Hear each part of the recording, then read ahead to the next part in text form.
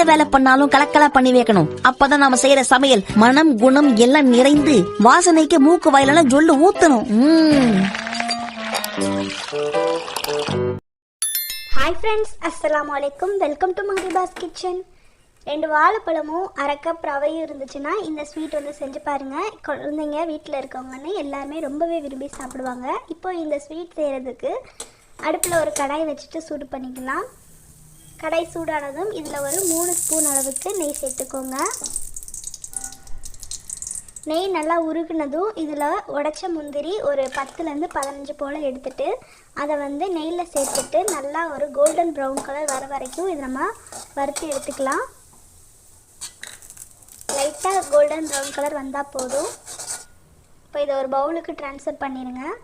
இப்போ அதே நெய்யிலேயே ஒரு 15லேருந்து 20 போல் கருப்பு திராட்சை எடுத்துருக்கேன், அதையும் சேர்த்துக்கலாம்.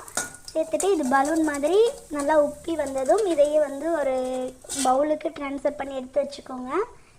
இப்போ அதே நெய்யிலே வந்து நம்ம எடுத்து வச்சுருக்க அரை கப் ரவையை சேர்த்துக்கலாம்.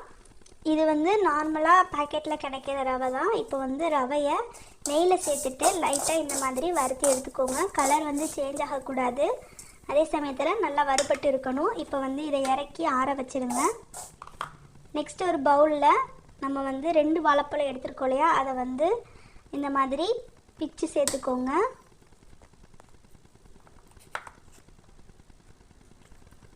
வாழைப்பழத்தை வந்து இப்போ நம்ம ஒரு ஃபோர்க் ஸ்பூன் வச்சு ஸ்மாஷ் பண்ணி எடுக்க போகிறோம்.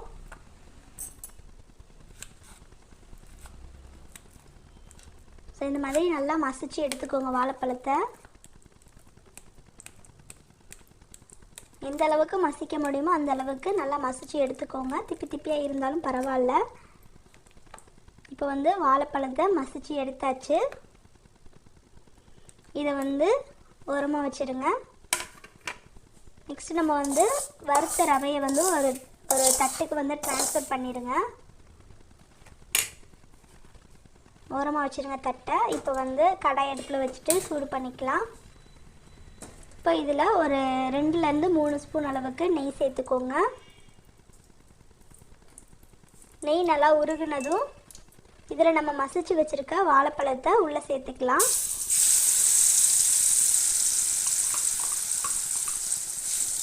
இந்த வாழைப்பழம் அப்படியே வந்து நெய்யில் சேர்த்து நல்லா மசிஞ்சு நல்லா கொஞ்சம் வெந்து வரணும்.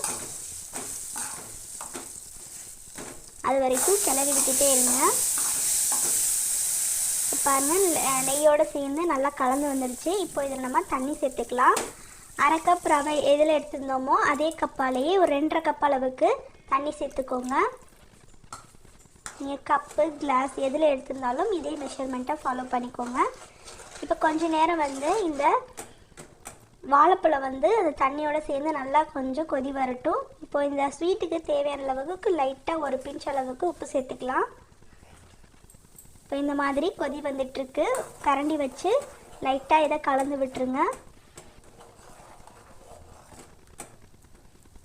இப்போ மறுபடியும் கொதி வரட்டும். இப்போ இதில் நம்ம வறுத்தி எடுத்து வச்சுருக்கோம் இல்லையா ரவை, அதை வந்து உள்ளே சேர்த்துடலாம்.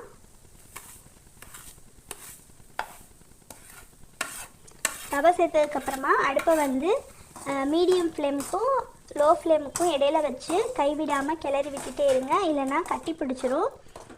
ஸோ இந்த மாதிரி கொஞ்சம் திக்காகி வந்ததும் இப்போ நம்ம வந்து ஒரு மூடி போட்டு இதை மூடி வச்சிடலாம். அடுப்பை வந்து லோ ஃப்ளேம்லேயே வச்சுக்கோங்க. ஒரு 2 நிமிஷம் மூடி போட்டு இதை வேக விட்டுருங்க. இப்போ ஓப்பன் பண்ணி பாருங்கள், லைட்டாக வந்து ரவை எல்லாமே நல்லா வெந்து வந்திருக்கும். ஸோ அடுப்பை எப்போது லோ ஃப்ளேமில் வச்சுக்கோங்க, இல்லைன்னா அடி பிடிச்சிரும். இப்போ இதில் இன்னும் ஒரு 2 ஸ்பூன் அளவுக்கு நெய் சேர்த்துக்கோங்க. எந்த கப்பால் ரவை எடுத்தோமோ அதே கப்பாலேயே 1 கப் அளவுக்கு சர்க்கரை சேர்த்துக்கோங்க. ஸ்வீட் வந்து அதிகமாக சாப்பிட விருப்பம் இல்லைன்னா நீங்கள் சர்க்கரையை வந்து கொஞ்சம் கம்மி பண்ணிவிட்டு ஒரு 3/4 கப் அளவுக்கு மட்டும் சேர்த்துக்கோங்க. ஆல்ரெடி நம்ம வாழைப்பழமும் சேர்த்துருக்கோம் இல்லையா, அதுலேயும் கொஞ்சம் ஸ்வீட்னஸ் இருக்கும். இப்போது சர்க்கரையோடு சேர்த்து நல்லா இந்த மாதிரி கலந்து விட்டுருங்க. சர்க்கரை வந்து லைட்டாக மெல்ட் ஆகி வந்ததும் இதில் நான் வந்து ஃபுட் கலர் வந்து எடுத்திருக்கேன், எல்லோ கலர் தான் எடுத்திருக்கேன். ஸோ அதை வந்து உள்ளே சேர்த்துட்டு நல்லா கலந்து விட்டுருங்க. உங்களுக்கு எந்த ஃபுட் கலர் வேணுமோ நீங்கள் சேர்த்துக்கலாம். இல்லாட்டி உங்கள்கிட்ட குங்குமப்பூ இருந்தாலும் நீங்கள் வந்து அதை கொஞ்சம் நேரம் வந்து சுடுதண்ணியில் ஊற வச்சு அதையுமே ஆட் பண்ணிக்கலாம்.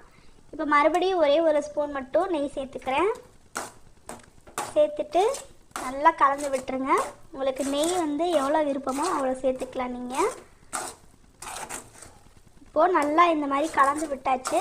இப்போ இதில் பாதாம், ஏலக்காய், சர்க்கரை இது மூணையும் சேர்த்து பொடி பண்ண பவுடர் வந்து ஒரு 1/2 ஸ்பூன் அளவுக்கு சேர்த்துக்கலாம். சேர்த்துட்டு நல்லா இதை கலந்து விட்டுருங்க. அடுப்பை வந்து லோ ஃப்ளேம்லேயே வச்சுக்கோங்க. ஹை ஃப்ளேமில் வச்சிங்கன்னா அடிப்பிடிச்சிரும்.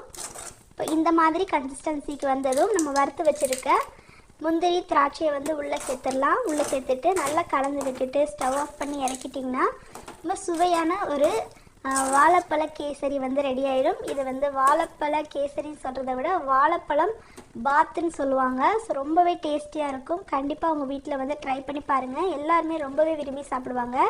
இப்போ இதை ஒரு பவுலுக்கு வந்து ட்ரான்ஸ்ஃபர் பண்ணிடலாம். அவ்வளோ ருசியாக இருக்கும். வீட்டில் இருக்கவங்களாம் இன்னும் வேணும்னு சொல்லிட்டு கேட்டு வாங்கி சாப்பிடுவாங்க.